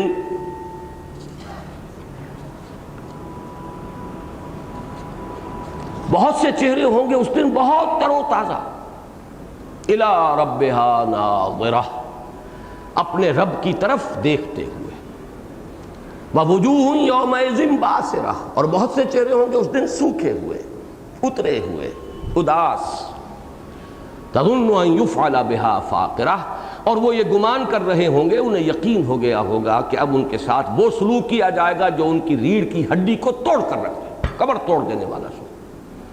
اب ان آیات کا ایک نقشہ تو جیسا کہ قرآن مجید میں بہت سے مقامات پر آیا ہے، سورہ عبس میں آپ دیکھیں گے وجوہ یومئذ مسفرۃ ضاحکۃ مستبشرہ ووجوہ یومئذ علیہا غبرۃ ترہقہا قطرہ اولئک ھم الکفرۃ الفجرہ۔ یہ کئی جگہ پر یہ نقشہ کھینچا گیا ہے، اور اس کی تعویل جو ہے سیدھی جو میں کرتا رہا ہوں ہمیشہ، وہی اس وقت ذہن میں تازہ کر لیں کہ جیسے امتحان کا نتیجہ جب ڈکلیئر ہوتا ہے، ہائی اسکولوں کے اندر کھڑے ہوتے ہیں سب سننے کے لیے، تو جب کھڑے ہوتے ہیں اس کے نتیجے کے اعلان سے پہلے ہی لوگوں کے، وہ طالب علموں کے چہروں پر نتیجہ لکھا ہوتا ہے۔ کیوں لکھا ہوتا ہے؟ کہ بل الانسان علی نفسہ بصیرہ، انسان اپنے آپ سے خوب واقف ہے، خوب دیکھ جانتا ہے میں کر کے کیا لایا ہوں، میرے نامہ اعمال میں کیا ہے اسے خوب معلوم ہے، میں نے اپنے پرچوں میں لکھا کیا تھا ہر ایک کو معلوم ہے، لہذا لکھا ہوگا اس کے چہرے پر کہ یہ فیل ہے اور یہ پاس ہے، اور یہ بہت ہی اعلیٰ نمبروں سے پاس ہونے والا، دمک رہے ہوں گے چہرے کہ آج تو ہمارا خاص مقام جو ہے تھوڑی سی اگر ہوگی انہیں تشویش کو میں فرسٹ آ رہا ہوں یا سیکنڈ آ رہا ہوں اس اعتبار سے ہوگی، ورنہ چہروں کے اوپر کوئی اداسی نہیں ہوگی۔ یہ نقشہ ہے میدان حشر کا۔ اب اس میں بعض علمی مضامین ہیں۔ ناظرہ کہتے ہیں ایسا چہرہ جو نعمتوں میں پلا ہو، خوش و خرم ہو، تر و تازہ ہو، کھلا ہوا ہو۔ اور یہ لفظ ایک حدیث میں آیا جو بڑی پیاری حدیث ہے، چونکہ میں یہ حدیث کا مضمون جو ہے اس درس میں خاص طور پر لا رہا ہوں، سنت کی اہمیت، حدیث کا مضمون، تو ایک حدیث کو نقل کیجئے، نوٹ کیجئے، نظر اللہ عبدا، نظرہ بھی ہے اور نظرہ بھی ہے، نظر اللہ عبدا، نظر اللہ عبدا سمع مقالتی فوعاها، اللہ تعالیٰ اس بندے کے چہرے کو تر و تازہ کر دے، اسے خوش و خرم رکھے، اسے شاداب رکھے، جس نے میری بات سنی اور اسے محفوظ کیا، یاد رکھا، اس لیے کہ یہ اہمیت ہے، میری سنت کو آگے منتقل ہونا ہے۔ ابتدا میں یقیناً احتیاط کی گئی، لکھو مت سوائے قرآن کے، تاکہ گڑبڑ نہ ہو جائے کہیں قرآن اور حدیث، لیکن یہ ہے کہ اس کو یاد رکھنا، اس لیے کہ سنت رسول تو آگے منتقل ہوگی اسی حوالے سے۔ نظر اللہ عبدا سمع مقالتی فوعاها، اور یہ جو الفاظ استعمال کیے ہیں امام رازی نے کہ یہ جو ہے ناظرہ، چہرے تر و تازہ ہوں گے، مسرورہ، خوش و خرم، ناعمہ، جیسے نعمتوں میں، ناز و نعم میں پلے ہوئے چہرے ہوتے ہیں پھول جیسے، مضیئہ، روشن، مسفرہ، روشن، مشرقہ، یہ بھی روشن، اور بہجہ، جس کے اوپر تر و تازگی ہو۔ وجوہ یومئذ ناظرۃ الی ربہا ناظرہ، اپنے رب کی طرف دیکھتے ہوئے ہوں گے۔ یہ مسئلہ بھی ہمارے ہاں کے بڑے اختلافی مسائل میں سے ہے، اس لیے کہ جو ذرا ریشنلسٹ قسم کے لوگ ہیں، جو معتزلہ قدیمہ تھے اور آج کے معتزلہ جدیدہ ہیں، وہ اس کا انکار کرتے ہیں کہ میدان حشر میں اہل ایمان اللہ کو دیکھیں گے، اس کا انکار کرتے ہیں۔ یہ مسئلہ ہمارے مابین اہل سنت اس کو مانتے ہیں، دیکھیں گے، اور اس آیت سے استدلال کرتے ہیں۔ وہ کہتے ہیں نہیں، اللہ کو کیسے دیکھا جا سکتا ہے؟ تو اس میں چند اصولی باتیں نوٹ کر لیجئے۔ پہلی بات تو یہ ہے کہ جہاں تک اس دنیا میں ان آنکھوں سے اللہ کو دیکھنے کا تعلق ہے، اس پر اجماع ہے، انسان نہیں دیکھ سکتا، کوئی اختلاف نہیں۔ نور انا یرا، حضرت عائشہ کا قول ہے رضی اللہ تعالی عنہ، وہ تو نور ہے، دیکھا کیسا جا سکتا ہے؟ نور کے ذریعے سے تو دوسری چیزوں کو دیکھتے ہیں، نور کو کیسے دیکھا جا سکتا؟ تو اس پر اجماع ہے، ان آنکھوں سے یہ جسم ہمارا، یہ چشم سر، اس دنیا میں اللہ کو نہیں دیکھا جا سکتا۔ اس میں صرف ایک اختلاف ہوا ہے، اور وہ ہے حضور کے بارے میں، کہ جب آپ شب معراج کو پہنچے ہیں سدرۃ المنتہا پر، وہاں دیکھا یا نہیں دیکھا؟ اس میں بھی حضرت عائشہ صدیقہ کا بڑا اصرار ہے کہ نہیں دیکھا۔ قرآن بھی کہتا ہے کہ حضور نے لقد رأى من آیات ربہ الکبریٰ عند سدرۃ المنتہا عندہا جنت المأویٰ، وہاں بھی جو مضمون آئے گا اذ یغشی السدرۃ ما یغشی ما زاغ البصر وما طغیٰ لقد رأى من آیات ربہ الکبریٰ، یہی رائے۔ اللہ کو نہیں دیکھا وہاں۔ رؤیت باری تعالیٰ ہمارے یعنی متقدمین میں، ہمارے یہاں تک کہ صحابہ میں اختلاف، حضرت علی فرماتے ہیں دیکھا، اب یہ اختلاف ہے، اکابر امت کا اختلاف ہے، لیکن حضور کے سوا، معراج کے علاوہ تمام نوع انسانی کے لیے اس دنیا میں ان آنکھوں سے اللہ کا دیکھنا محال ہے، ناممکن ہے، اس پر اجماع ہے۔ اب رہ گئے آخرت۔ اب اس میں اگر کوئی شخص کہتا ہے تو یہ بڑی زیادتی ہے۔ آخرت میں ہمیں جسم اور ملے گا، یہ جسم نہیں ہوگا۔ کھال وہ ملے گی کہ جیسے جھلس جائے گی دوبارہ پیدا ہو جائے گی، جسم وہ ملے گا جسے کوئی آگ جو ہے مار نہیں سکے گی، کوئی عذاب جو ہے اس کو اوپر بہت وارد نہیں کر سکے گا۔ یہ جسم تو فانی ہے، وہ اور جسم ہے، اس کے نوامیس اور قوانین اور ہیں، وہ یہ فزیکل لاز جو ہے اسے گورن نہیں کریں گے عالم آخرہ کو۔ یہ ہماری فزیولوجی جو ہے ہمارے اس وجود کی، وہ در حقیقت اس وجود کی فزیولوجی نہیں ہوگی۔ لہذا آخرت میں اللہ کی رؤیت یہ اہل سنت کے نزدیک بالکل ثابت ہے، متفق علیہ ہے، اس میں نہایت صحیح احادیث موجود ہیں۔ البتہ آخرت کے دو درجے ہیں، پہلا ہے یہ میدان حشر، یہ تو گویا کہ مقدمۃ الآخرہ ہے نا، اصل آخرہ تو پھر جنت یا دوزخ ہے، حیات اخروی۔ تو جنت کے بارے میں بھی میں سمجھتا ہوں کہ اگرچہ میں یقین سے نہیں کہہ سکتا کہ اس کے بارے میں تو معتزلہ بھی مانتے ہوں گے کہ جنت میں اللہ تعالیٰ کو انسان دیکھے گا۔ ہمارے ہاں جو احادیث سے صحیح ہیں وہ ثابت کرتی ہیں کہ آخری نعمت ہی یہ ہوگی، ساری نعمتیں ہیچ رہ جائیں گی، وہ جو بھی حور و قصور و غلمان اور شہد اور جو بھی کچھ ہے وہاں کے پھل وغیرہ، انسان دیکھے گا نہیں اس کی طرف، جبکہ اللہ کا دیدار اسے ہوگا۔ سب سے بڑی نعمت جو ہے وہ تو وہ ہوگی، اپنے رب کو دیکھو گے جیسے کہ تم 14ویں رات کے چاند کو دیکھتے ہو، یہ حضور کا حدیث۔ میدان حشر میں بھی مولانا اصلاحی صاحب بھی چونکہ ریشنلسٹ ہیں، عقلیت پر کی طرف ان کا ذرا زیادہ رجحان ہے، انہوں نے بڑے جزم کے ساتھ لکھا ہے کہ نہیں، اس کے معنی ہے انتظار، وہ اپنی رب کی رحمت کے منتظر ہوں گے۔ اس پر ایک سب سے بڑے جو جواب دیا امام راضی نے، بڑا پیارا جواب دیا ہے، بندہ مومن تو اس دنیا میں بھی منتظر ہوتا ہے اللہ کی رحمت کا، اس کا آخرت سے کیا سوال؟ لہم البشریٰ فی الحیات الدنیا، دنیا کی زندگی میں بشارتیں، یہ تو آپ ابشروا بالجنۃ التی کنتم توعدون، موت کے وقت، موت سے پہلے، فی الحیات الدنیا بشارتیں ہیں۔ امام ابن تیمیہ جو سب سے بڑے امام ہیں، امام مولانا اصلاحی کے نزدیک، وہ کہتے ہیں، ان کا قول ہے ان جنتی معی، میری جنت میرے ساتھ موجود ہے۔ جبکہ انہیں جیل کے اندر سزائیں دی جا رہی تھی تو مجھے کچھ نہیں، میرے دل کے سکون کو تم برباد نہیں کر سکتے، میری جنت میرے اندر موجود ہے، یعنی اطمینان قلب، سکون، اللہ کے ساتھ لو لگی ہو۔ تو یہ معاملہ تو جو ہے میدان حشر ہی کا کیا ہے کہ انتظار کر رہے ہوں گے. انتظار اور توقع جو ہے وہ تو اس دنیا میں بھی اہل ایمان کو حاصل ہوتی ہے. ویسے میں حیران ہوا کہ امام راضی نے بھی حوالہ نہیں دیا، لیکن میرے سامنے تو قرآن مجید سے جو دلیل قطعی ہے وہ سورہ مطففین کی آیت ہے. کافروں کو کہا گیا ہے کلا انہم عن ربہم یومئذ لمحجوبون ثم انہم لصال الجحیم. یہ ثم یہ آتا ہے بعد کے لیے، تراخی کے لیے. جہنم میں جانے سے پہلے بھی میدان حشر میں یہ کفار جو ہیں یہ اپنے رب سے محجوب رہیں گے. یہ گویا کہ ان کے اوپر سب سے پہلی سزا جو آ رہی ہے، سب سے بڑی محرومی یہ ہے کلا انہم عن ربہم یومئذ لمحجوبون ثم انہم لصال الجحیم. پھر وہ عذاب آئے گا دوسرا، پھر جہنم میں جھونک دیے جائیں گے. اس کا تقابل کیجئے تو اہل حق جو ہے، اہل ایمان، ان کے لیے گویا کہ یہ نعمت جو ہے خود میدان حشر میں ثابت ہوگی.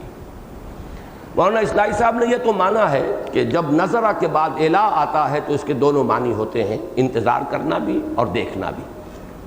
میں نے آج خاصا وقت صرف کیا ہے قرآن مجید میں، وہ معجم المفرس کے حوالے سے میں نے یہ نظرہ کا الا کے ساتھ جتنے استعمالات آئے ہیں، صرف ایک ملا ہے جس میں کہ نظرہ الا کے معنی انتظار ہو سکتے ہیں، اور وہ ہے سورہ توبہ کی آیت سود کے بارے میں جو آئی ہے کہ اگر فَإِن كَانَ ذُو عُسْرَةٍ فَنَظِرَةٌ إِلَىٰ مَيْسَرَةٍ، اگر وہ مقروض جو ہے وہ تنگ دست ہے تو پھر اسے مہلت دی جائے، انتظار کیا جائے کہ اسے کشادگی حاصل ہو جائے. یہاں تو انتظار کے معنی ہے، باقی کسی اور جگہ یہ معنی نہیں ہے. اس کے برعکس دوسرے معنی دیکھنا، اس کے لیے یہ لفظ قرآن مجید میں بہت مرتبہ آیا. میں چند تیزی کے ساتھ مثالیں دے رہا ہوں. حضرت موسیٰ نے درخواست کی تھی پروردگار مجھے دیدار عطا فرما، رب ارنی انظر الیک. یہ انتظار کے معنی میں نہیں آ سکتا، دیکھنے کے معنی میں آئے گا. اور اہل زیغ کے لیے فرمایا ولا یکلمہم اللہ ولا ینظر الیہم یوم القیامہ، اللہ نہ ان سے کلام فرمائے گا نہ ان کی طرف دیکھے گا. یہاں انتظار کے معنی تو ہو ہی نہیں سکتے. وَمِنْهُمْ مَنْ يَنْظُرُ إِلَيْكَ، کفار کے بارے میں کہا گیا سورہ یونس میں، اے نبی ان میں سے کچھ لوگ ایسے ہیں جو بظاہر آپ کی طرف دیکھ رہے ہوتے ہیں لیکن وہ اندھے ہیں، نہیں دیکھ رہے حقیقت میں. یہاں انتظار کے معنی نہیں ہو سکتے. فَلْيَنْظُرِ الْإِنسَانُ إِلَىٰ طَعَامِهِ، ذرا انسان دیکھے اپنے کھانے کو، اس کے معنی انتظار کے نہیں ہو سکتے. أَفَلَمْ يَنْظُرُوا إِلَى السَّمَاءِ فَوْقَهُمْ كَيْفَ بَنَيْنَاهَا وَزَيَّنَّاهَا وَمَا لَهَا مِنْ فُرُوجٍ، سورہ قاف. کیا انہوں نے دیکھا نہیں آسمان کی طرف جو ان کے سروں کے اوپر ہے، کیسے ہم نے اسے بنایا ہے اور کیسے اس کو مزین کیا ہے، اس میں کہیں رکھنے نہیں ہیں. اور اسی طرح منافقین کے بارے میں آتا ہے کہ جب آیت کوئی اترتی ہے منافقوں کے بارے میں یا کوئی حکم آتا ہے اللہ کی طرف سے قتال کے بارے میں، نظر بعضهم الى بعض، یہ ایک دوسرے کو دیکھتے ہیں اور کھسکنے کی کوشش کرتے ہیں، کوئی دیکھ تو نہیں رہا. اسی طریقے سے منافقین جو سورہ احزاب میں آیا ہے ینظرون الیک نظر المغشی علیہ من الموت، یہ آپ کی طرف ایسے دیکھتے ہیں جیسے کہ وہ شخص دیکھتا ہے کہ جس کے اوپر موت کی غشی تاری ہو. اتنی مثالوں کے مقابلے میں ایک مثال کے اوپر دار و مدار اپنے سارے استدلال کا قائم کر لینا، یہ صرف اس لیے کہ وہ عقلیت جو ہے اس نے ڈسا ہوا ہے، اس کا زہر ہے کہ جو ان حقائق کو دیکھنے نہیں دیتا. اہل سنت کا موقف ہے اور درست ہے، 100% درست ہے کہ وجوہ یومئذ ناظرہ، بہت سے چہرے ہوں گے اس روز تر و تازہ، الی ربہا ناظرہ، انہیں سب سے پہلی نعمت جو حاصل ہو جائے گی عین میدان حشر میں کہ وہ اپنے رب کا دیدار حاصل کریں. البتہ دیدار کے درجے ہیں، وہ درجہ جو آخرت میں جا کے جنت میں حاصل ہوگا وہ اور درجہ ہے.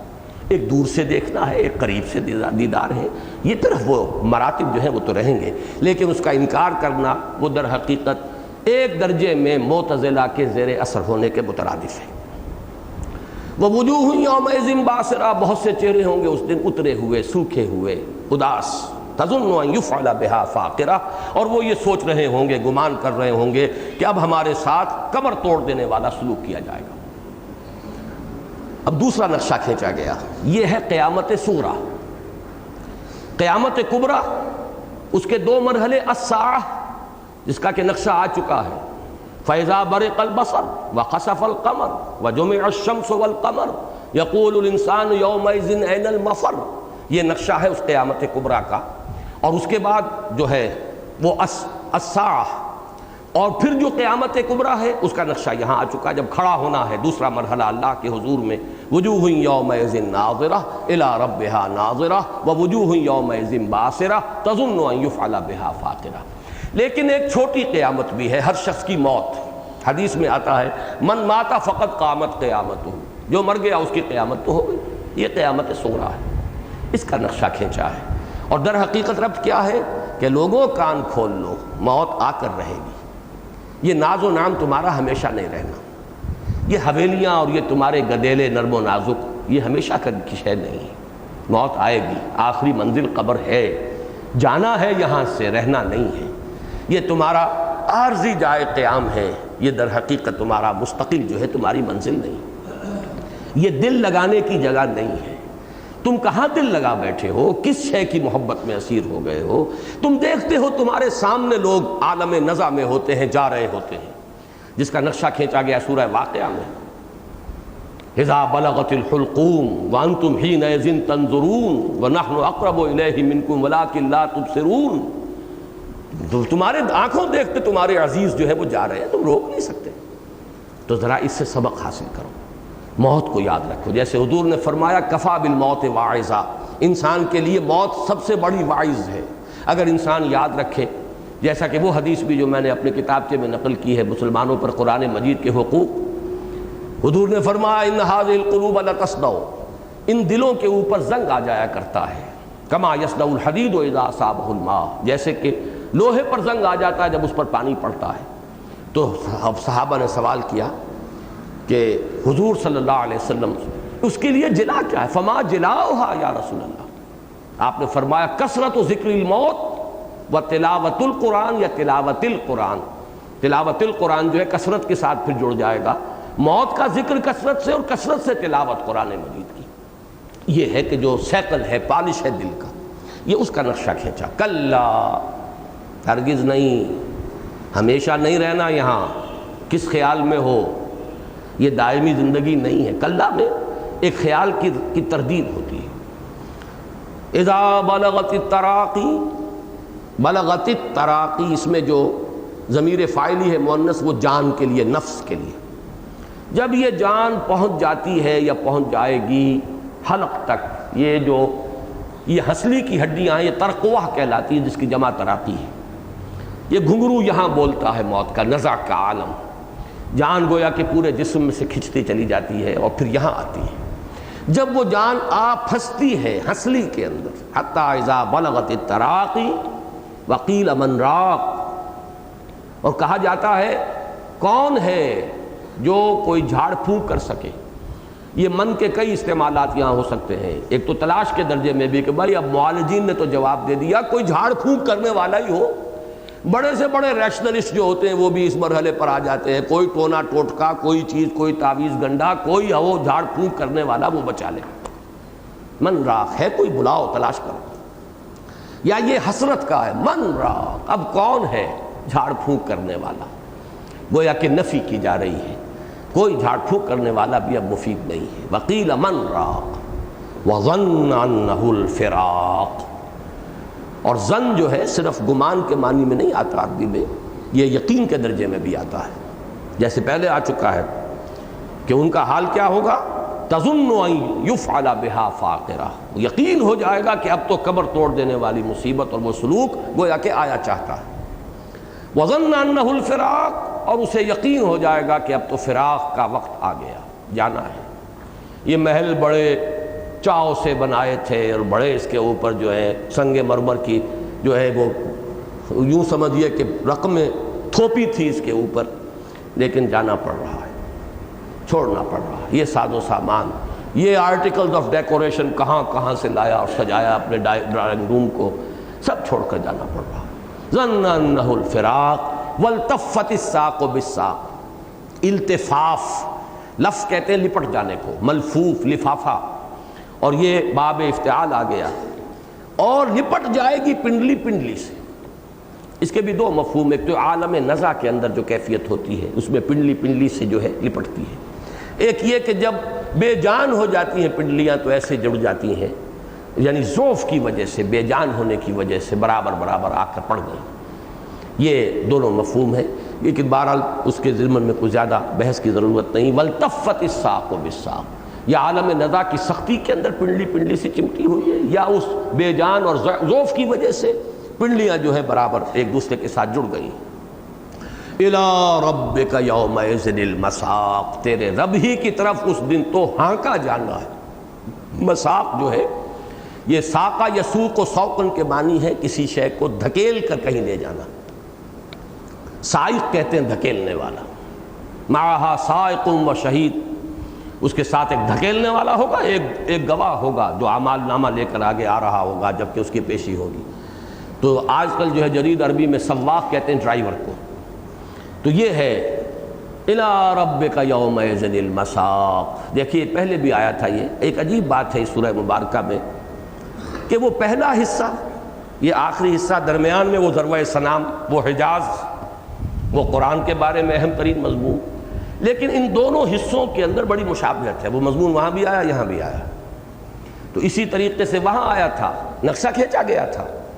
این المفر، انسان کہے گا ہے کوئی بھاگنے کی جگہ، کلا لا وزر الی ربک یومئذ المستقر، نہیں کہیں کوئی جائے پناہ نہیں ہے، کہیں چھپنے کی کوئی جگہ نہیں، کوئی پناہ نہیں تلاش کر سکتے، تیرے رب ہی کی طرف اس روز تو استقرار جو ہے مستقر وہ وہیں ہوگا، وہیں جا کھڑے ہونا ہوگا چاروں ناچار۔ وہی مضمون یہاں ہے، الی ربک یومئذ المساق، اس روز تو دھکے دے دے کر یہاں سے بہرحال تمہیں تمہارے رب کی طرف لے جایا جائے گا۔ فلا صدق ولا صلی، اب پھر یہ تصویر لفظی ہے۔ میں نے عرض کیا تھا نا 5 تصویریں ہیں اس صورت میں، 3 کا تعلق ہے ایمان بالمعاد یا ایمان بالآخرہ کے ساتھ، قیامت صغریٰ موت کا نقشہ عالم نزا کا، وہ قیامت کا پہلا حصہ یعنی الساعہ، فَإِذَا بَرِقَ الْبَصَرُ وَخَسَفَ الْقَمَرُ وَجُمِعَ الشَّمْسُ وَالْقَمَرُ، ایک وہ قیامت یوم القیامہ جبکہ کھڑے ہوں گے اللہ کے حضور میں، وجوہ یومئذ ناظرۃ الی ربہا ناظرہ ووجوہ یومئذ باسرۃ تظن ان یفعل بہا فاقرہ۔ 2 نقشے آئے ہیں انسان کے تمرد اور تکبر کے۔ پہلا تمرد اور تکبر کا نقشہ ایانا یوم القیامہ، کب ہوگا یہ؟ استہزاء کے انداز میں، کیا تم نے رٹ لگا رکھی ہے یہ، اگر واقعی کوئی بات ہے کب ہوگا بتاؤ۔ یہ تھا ان کا استہزاء کا ایک نقشہ، جس طریقے سے کہ وہ، اور اب اس کا نقشہ جو ہے کھینچا جا رہا ہے، یوں سمجھیے، اور جیسا کہ میں نے عرض کیا تھا حضرت ابن عباس کا قول جو ہے، جو میں جسے ترجیح دیتا ہوں، اکثر مفسرین نے تو دوسرے قول کو ترجیح دی ہے کہ یہاں اس سورہ مبارکہ میں حضور کے معاندین میں سے جس شخص کا نقشہ کھینچا گیا ہے وہ اصل میں عدی ابن ابی ربیعہ ہے، اخنس ابن شریق کا داماد۔ ان دونوں کے بارے میں حضور نے یہ دعا کی تھی اللہ سے، یہ پڑوسی تھے، کہ اللہ ان برے پڑوسیوں کے شر سے مجھے اپنی امان میں رکھ۔ ایک رائے تو یہ ہے، لیکن یہ کہ ابن عباس کا قول یہ کہ یہ ابو جہل کا معاملہ ہے، اور میں نے پچھلی مرتبہ عرض کر دیا تھا کہ میرا رجحان زیادہ اسی کی طرف ہے، اس لیے کہ ولید بن مغیرہ ایک اہم شخص تھا، اس کے بارے میں بھی سورہ نون میں بھی ہے، سورہ مدثر میں بھی ہے۔ حضور کے مخالفین میں دوسرا اہم ترین شخص ابو جہل ہے، جس کا ذکر سورہ علق میں بھی ہے اور وہ یہاں بھی ہے۔ تو میں سمجھتا ہوں کہ اس میں، اور پھر قول بھی ابن عباس کا رضی اللہ تعالیٰ عنہما، اس میں نقشہ کھینچا گیا ہے کہ حضور نے جب اس کو کچھ تبلیغ کی، کچھ سمجھایا، تو اس نے جھٹک کر بات اپنا ہاتھ کھینچا، حضور نے اس کا ہاتھ پکڑا تھا اور کچھ سمجھایا، جیسے کہ ترغیب اور تشویق میں، کسی کو سمجھانے کے انداز میں، دلجوئی کے انداز میں کہ سوچو، غور کرو، میں جو کہہ رہا ہوں وہ صحیح ہے، حق ہے۔ اس نے ہاتھ جو ہے کھینچا اور جھٹک کر حضور سے، پھر اس نے یہ کہا جو اس کا نقشہ ہے، فلا صدق ولا صلی، نہ اس نے تصدیق کی نہ وہ اللہ کی طرف متوجہ ہوا۔ یہاں صلاۃ جو ہے لغوی معنی میں لیجئے، ویسے یہ کہ اس کا وہ مفہوم نہ نماز پڑھی، عام مفہوم یہی ہوگا، لیکن اس وقت وہ تصویر لفظی میں فلا صدق، اس نے تصدیق نہیں کی، ولا صلی، اس لیے کہ صلاۃ کے اصل معنی کسی شے کی طرف متوجہ ہونا، توجہ کرنا، اقدام الی الشیء، تو نہ تو اس نے تصدیق کی نہ وہ توجہ۔ اور جیسا کہ آپ کو معلوم ہے نماز کا جو استفتاح ہے وہ یہی ہے، انی وجہت وجہی للذی فطر السماوات والارض حنیفا وما انا من المشرکین۔ اور نماز کی اصل روح جو ہے توجہ الی اللہ ہے، توجہ الی اللہ نہیں ہے تو آپ رکوع و سجود سجدوں کے ڈھیر اور رکعتوں کی جو ہے وہ کتنی ہی مقدار کر دیں، اصل نماز کی روح تو نہیں ہوئی۔ اس معنی میں فلا صدق ولا صلی ولکن کذب وتولی، بلکہ تکذیب کی اور روح گردانی کی۔ اب دیکھیے روح گردانی صدقہ کے مقابلے میں کذب آیا ہے اور صلی کے مقابلے میں تولی آیا ہے، اس نے پیٹھ موڑ لی۔ فلا صدق ولا صلی ولکن کذب وتولی ثم ذهب الى اهله يتمطى، پھر چل پڑا اپنے گھر والوں کی طرف، اہل و عیال کی طرف اکڑتا ہوا۔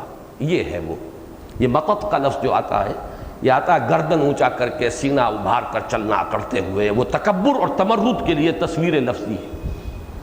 بڑے ہی تکبر کے ساتھ استہزائیہ انداز میں، بلکہ الفاظ بھی نقل کیے گئے کہ اس نے کہا محمد مجھے کس چیز سے ڈراتے ہو؟ خدا کی قسم اس وادی کے اندر مجھ سے زیادہ طاقت والا کوئی نہیں ہے، میرا کوئی کچھ نہیں بگاڑ سکتا، نہ اس دنیا میں نہ کسی آخرت واخرت میں۔ اور یہ کہتا ہوا وہاں سے ہاتھ اپنا کھینچ کر حضور کے ہاتھ سے، گویا کہ حضور کا ہاتھ جھٹک کر، اور وہ چل پڑا۔ اور چلتے ہوئے ظاہر بات ہے پھر اس کی جو اکڑ فونی کی شان ہوگی، وہ اکڑ فونی کے انداز کے اندر وہ چلا۔ فلا صدق ولا صلی ولکن کذب وتولی ثم ذهب الى اهله يتمطى اولی لک فاولی ثم اولی لک فاولی۔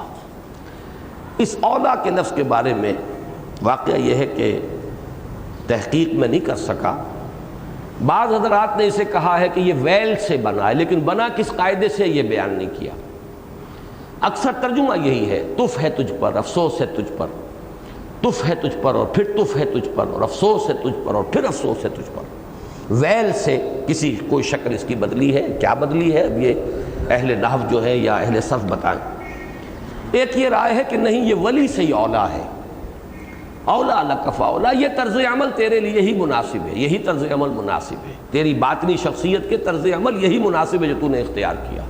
لیکن یہ بہت کم لوگوں کا قول ہے، زیادہ یہی ہے تف ہے تجھ پر، افسوس ہے تجھ پر، اولا لک فاولا ثم اولا لک فاولا ایحسب الانسان ان یترک سدی۔ اب یہ دیکھیے جہاں سے بات چلی تھی اب وہاں پہنچ رہی ہے، اسے کہتے ہیں العود الی البد۔ خطبے میں بالآخر میں لوٹ جاتا ہے مضمون وہیں جہاں سے شروع ہوا تھا، یہ خطبے کے خاص خصائص میں سے ہے۔ خطیب جب خطبہ دیتا ہے کچھ ادھر کی کچھ ادھر کی، دائیں کی بائیں کی باتیں کرتا ہوا، پھر وہ جو مرکزی نقطہ ہے جہاں سے بات شروع ہوئی تھی پھر وہاں لا کر اپنے سامعین کو ایک نتیجے تک پہنچاتا ہے۔ جو خطبہ کسی نتیجے تک سامعین کو نہ پہنچائے وہ ناکام خطبہ ہے۔ چاہے آپ نے 2 گھنٹے 3 گھنٹے لگا دیے اور ہنسا بھی دیا رلا بھی دیا، حاصل کیا ہوا؟ کچھ بھی نہیں، وہ تو ایک ڈرامہ ہے جو کر دیا آپ نے، کھیل ہے، ایک ویرائٹی شو ہے۔ لیکن یہ کہ آپ تھوڑا بہت ادھر ادھر ڈائگریشن تو ہوتی ہے خطبے کے اندر، لیکن یہ کہ اس مرکزی مضمون سے جڑے ہوئے پیش قدمی کرتے ہوئے بالآخر پھر اس مضمون پر جا کر اسے کنکلوڈ کر دیں اور سامعین کو اپنے ساتھ قائل ہونے پر مجبور کر دیں، تب ہے وہ خطبہ ایک واقعتاً ایک خطیب کی جو ہے اس کے اندر صلاحیت کا اظہار ہوتا ہے۔ اب یہاں فرمایا ایحسب الانسان ان یترک سدی، کیا انسان یہ سمجھتا ہے کہ وہ چھوڑ دیا جائے گا ایسے ہی بیکار بے مقصد؟ سدا کہتے ہیں اس اونٹنی کو جو اب گزر چکی ہر شے سے، نہ اب اس کے بچے ہونے کی کوئی توقع، نہ دودھ کی کوئی توقع، نہ وہ کوئی کسی اور کام، وہ چھوڑ دیتے تھے پھر اب جائیں بھاگے، گویا کہ بالکل بیکار بے مقصد عبث۔ کیا انسان نے یہ سمجھا ہے؟ اب اس ایک لفظ کے اندر پھر وہی وہ جو لا اقسم بالنفس اللوامہ میں دلیل آئی تھی وہ ساری دلیل اب یہاں دوبارہ آ رہی ہے کہ تم نے سمجھا کیا ہے اپنے بارے میں؟ تم اتنی حقیر شے ہو، تمہیں تو ہم نے اپنے دونوں ہاتھوں سے بنایا، خلقتہ بیدی وَلَقَدْ كَرَّمْنَا بَنِي آدَمَ وَحَمَلْنَاهُمْ فِي الْبَرِّ وَالْبَحْرِ وَرَزَقْنَاهُمْ مِنَ الطَّيِّبَاتِ وَفَضَّلْنَاهُمْ عَلَى كَثِيرٍ مِّمَّنْ خَلَقْنَا تَفْضِيلًا لَقَدْ خَلَقْنَا الْإِنسَانَ فِي أَحْسَنِ تَقْوِيمٍ۔ تم نے کیا سمجھا تھا؟ اب یہ دیکھیے وہی مضامین ہیں جو دوسرے مقامات پر آئے ہیں۔ کیا تمہارا یہ خیال تھا؟ أَفَحَسِبْتُمْ أَنَّمَا خَلَقْنَاكُمْ عَبَثًا وَأَنَّكُمْ إِلَيْنَا لَا تُرْجَعُونَ؟ کیا تم نے یہ سمجھا ہے کہ ہم نے تمہیں عبث پیدا کیا اور ہماری طرف لوٹائے نہ جاؤ گے؟ ربنا ما خلقت هذا باطلا سبحانك فقنا عذاب النار، یہ وہ مضمون ہے جو ایک لفظ میں آ گیا، ایحسب الانسان ان یترک سدی۔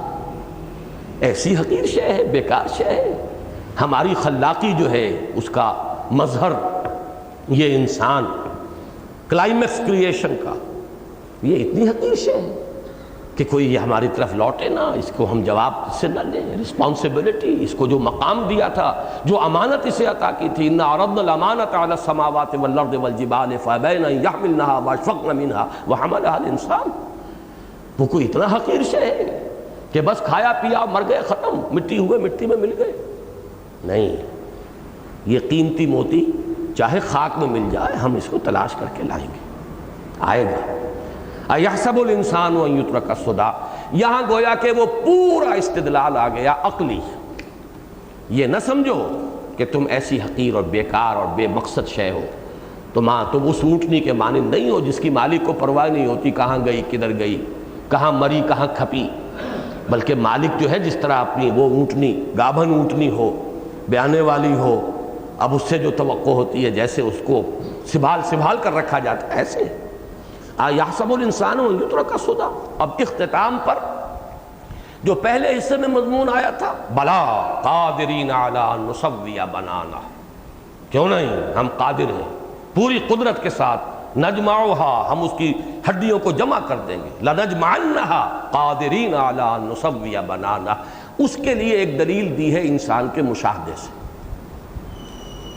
تم اپنی خلقت کے وہ روحانی مراحل تو نہیں جانتے، چلو تمہارے دائرے سے باہر ہے. تم اپنی خلقت کا یہ مرحلہ تو جانتے ہو کہ تم ایک گندے پانی کی چھوٹی سی بوند تھے. الم یکن نطفۃ من منی یمنی. اب یہاں سوال ہے بظاہر، لیکن اصل میں اس بات ہے، استفہام تقریری ہے.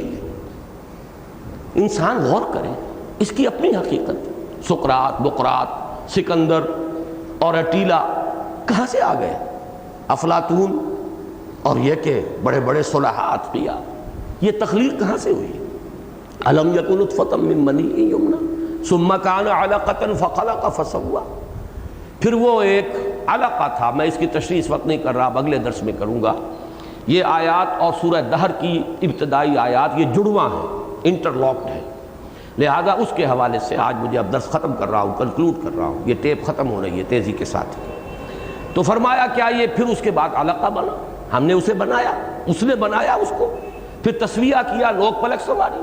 فجعل منہ الزوجین، اسی سے دو جوڑے بنا دیے، الذکر والانثی، مذکر بھی مؤنث بھی، کوئی بیٹا ہے کوئی بیٹی ہے، کوئی عورت ہے کوئی مرد ہے، کوئی نر ہے کوئی مادہ ہے. زمین و آسمان کا فرق ان کی نفسیاتی ساخت میں، جسمانی نظام میں.